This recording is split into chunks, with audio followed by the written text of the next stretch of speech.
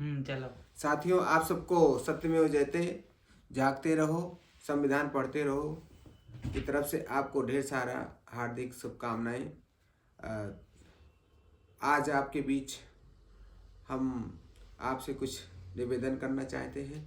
आप सबने जिस तरीके से हमारे पेज को लाइक किया है और हमारा जो है 6000 के ऊपर आप सब पेज को लाइक किए हैं, इसलिए आप सबको बहुत बहुत हार्दिक बधाई शुभकामनाएं देते हैं। साथियों, आज हम आपके बीच हम आए, एक टॉपिक है कि अनुसूचित जात का उपवर्गीकरण वर्तमान सरकार कर रही है। और क्या आप जानते हैं कि अनुसूचित जात का जो है ये वर्गीकरण क्यों किया जा रहा है? मतलब क्या है कि जो कैटेगरी है, 1200 जातियां हैं अनुसूचित जात में, और उन अनुसूचित जातियों को कुछ डेटा कहते हैं, कुछ सरकारें कहती हैं। और हाल ही में जो है आंध्र प्रदेश की एक मडिका जात के लोग हैं, उन्होंने उनका एक संगठन है, जिन लोगों ने हाई कोर्ट और सुप्रीम कोर्ट में भी एक याचिका दायर कर रखा है, रिट किया हुआ है कि अनुसूचित जात के में जो और जातियां हैं, कुछ जातियों को सरकारी लाभ ज़्यादा मिला है और कुछ जातियों को बिल्कुल नहीं मिला है। मतलब 1200 में से अधिकांश कुछ गिनी चुनी जातियां हैं जिनको जो है ये रिजर्वेशन का लाभ मिल गया, तो वो आगे हो गई और बार बार उन्हीं को रिजर्वेशन मिल रहा है।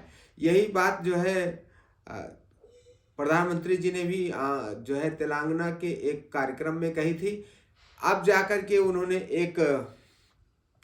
इस पर एक आयोग का गठन करने की सिफारिश किया हुआ है। साथियों, अगर आप सब होशियार नहीं होंगे तो हम लोग उसी तरीके से लड़ रहे हैं जिस तरीके से अंग्रेज जब आया था तो बांटो और राज करो की नीति पर व्यवस्था चल रही थी। आज सरकारें भी चाहती हैं कि बांटो और राज करो, तो ये कुछ लोग कह सकते हैं, परंतु बांटो और राज करो में भी हमको ये देखना पड़ेगा कि जब डॉक्टर भीमराव अंबेडकर ने आरक्षण की बात किया और उन्होंने कहा कि जब जो है आप आरक्षण पाइए तो 10% की जो आपकी जो कमाई है उसका 4% जो है वो अपने समाज में खर्च करिए, जिस समाज के नाते आपको आरक्षण का लाभ मिला है। लेकिन आज जो है जो समाज नौकरी पा जा रहा है वो मेरा भाई हो सकता है, मेरा पट्टीदार हो सकता है, तो उसके बाद वो अपने ही भाइयों को वो ताकता नहीं, वो केवल अपने बाल बच्चों बीबी तक सीमित रह जाता है। वो मकान दुआर घर बनाने में, खेत खलिहान बनाने में, बैंक बैलेंस करने में ही लगा होता है। यही कारण है कि अनुसूचित जात के लोग ज़्यादातर गरीब हो जा रहे हैं और अनुसूचित जाति में एक तबका ऐसा निकल के आ रहा है जो नौकरी पा गए, गवर्नमेंट की नौकरी पा गए या उन्होंने विकास कर लिया है, तो वो जो है अलग कैटेगरी उनकी बन जाती है।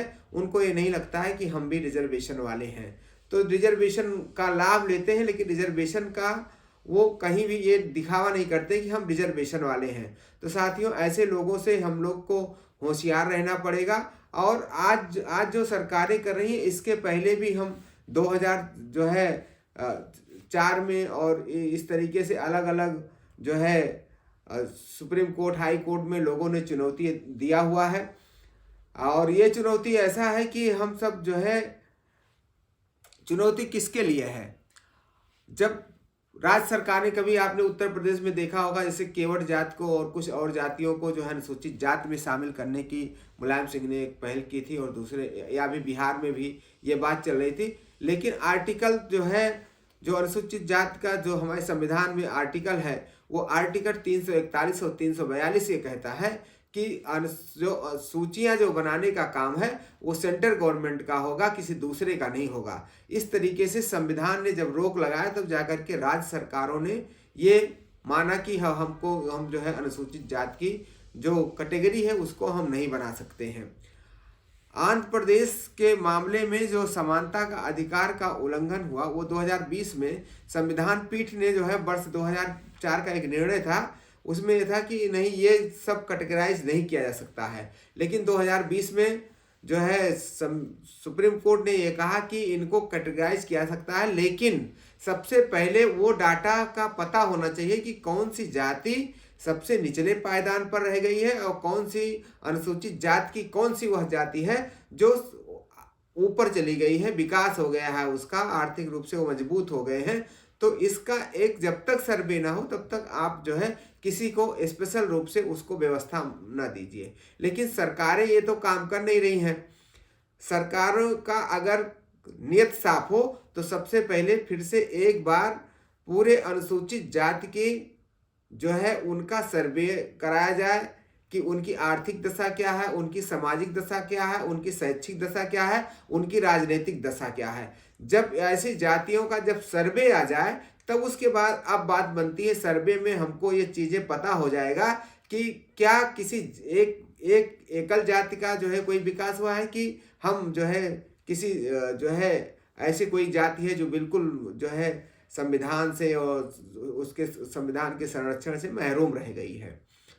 संरक्षण से महरूम अगर रह गई है तो ऐसी जातियों को हम सब मिलकर के उसको उठाने के लिए जो है हम लोग भी एक प्रस्ताव देंगे कि ऐसी जातियों को, क्योंकि ये हमसे छोटे हैं, हमें आपको पहल करना पड़ेगा कि हमारे पास व्यवस्था है, अपनी व्यवस्था, अब मुझे ये व्यवस्था नहीं चाहिए, अब मेरे सबसे गरीब वाले भाई को चाहिए। ये हमें अनुसूचित जाति की सभी जातियों से निवेदन करना पड़ेगा। साथियों, अगर एक बार आपने आरक्षण का लाभ ले लिया है तो दोबारा आरक्षण का लाभ न लीजिए। अब अपने दूसरे भाई के लिए वो आरक्षण का लाभ जो है देने के लिए जो है दूसरे को भी प्रेरित करें। साथियों, अगर हम सब जो है तैयार नहीं हुए तो सरकारें अगर अपने अनुसार कार्यक्रम का बनाएंगी तो ये कार्यक्रम बनाएंगी तो आपका नुकसान होगा।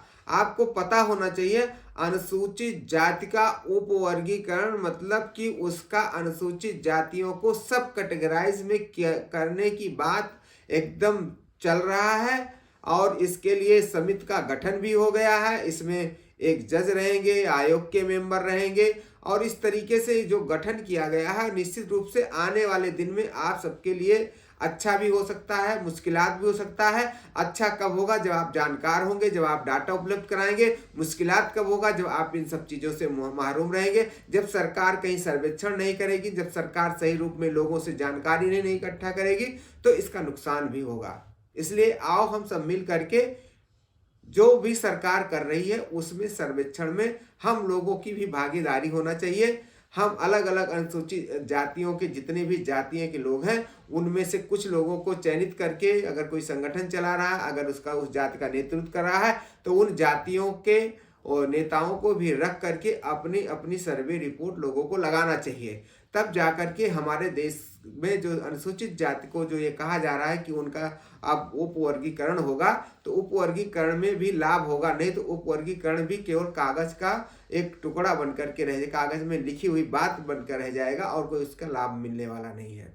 साथियों, ये बहुत ही महत्वपूर्ण बिंदु पर हम आपसे बात कर रहे हैं। अनुसूचित जाति के लोग तैयार हो जाओ, अनुसूचित जाति के लोग आप होशियार हो जाओ, अनुसूचित जाति के लोग आप जो है जागरण करना शुरू कर दीजिए। जागते रहो कार्यक्रम इसीलिए चला रहे हैं। साथियों, आपको उन चीज़ों से हम आपको जो है रूबरू कराएंगे जिन चीज़ों को आप नहीं समझ पा रहे हैं। आप केवल गाने में मस्त है और जान लीजिए जब कोई समाज केवल गाने में, केवल जो है मनोरंजन में मस्त हो जाता है तो वह समाज सबसे नीचे चला जाता है। आपको मनोरंजन के अलावा आपको क्या क्या आपके अधिकार हैं, क्या क्या आपके लिए व्यवस्था किया जा रहा है, कौन से अधिकार छीने जा रहे हैं, किस अधिकार के लिए हमको लड़ना चाहिए, अगर ये सब आप नहीं जान पाओगे तो निश्चित रूप से आप लोग बहुत फिसड्डी रहोगे और फिसड्डी बने रहने के जिम्मेदार किसी दूसरे पर मत थोपिएगा। ये जिम्मेदारी आपकी होगी, किसी दूसरे की नहीं होगी। आज हम सब इसीलिए आपसे ये बात कर रहे हैं कि साथियों, अगर अनुसूचित जाति के लोग अगर आप खड़े नहीं हुए तो आपके आने वाले दिन में आपके सारे अधिकार छीन लिए जाएंगे। आपको हमको खड़ा होना है। हमें किसी भी सरकार से मुझे ईर्ष्या दोष नहीं रखना है। मुझे सरकारों से अपनी बात मनवानी है, संवैधानिक तरीके से मनवानी है और सरकारों से खड़े होकर के कहना है। सरकार क्योंकि कोई एक पार्टिकुलर राजनीतिक पार्टी का सरकार नहीं होती है।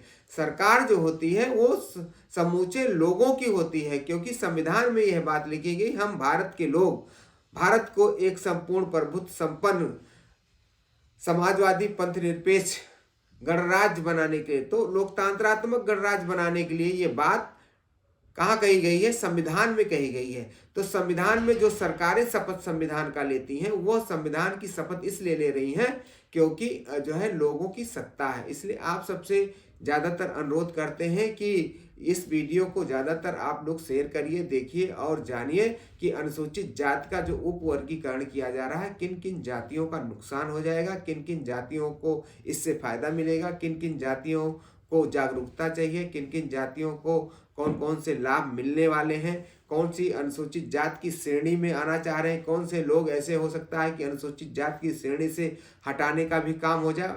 अगर ये सब रहा तो कुछ लोग अनुसूचित जाति की श्रेणी से हटाने का भी काम, अगर आप लोग नहीं जागे तो उनको अनुसूचित जाति की श्रेणी से भी हटा दिया जाएगा। इसलिए साथियों, आप सबसे निवेदन है कि आप सब वीडियो को लाइक सब्सक्राइब करें और शेयर करें और इसकी चर्चा करें अनुसूचित जाति के लोगों में।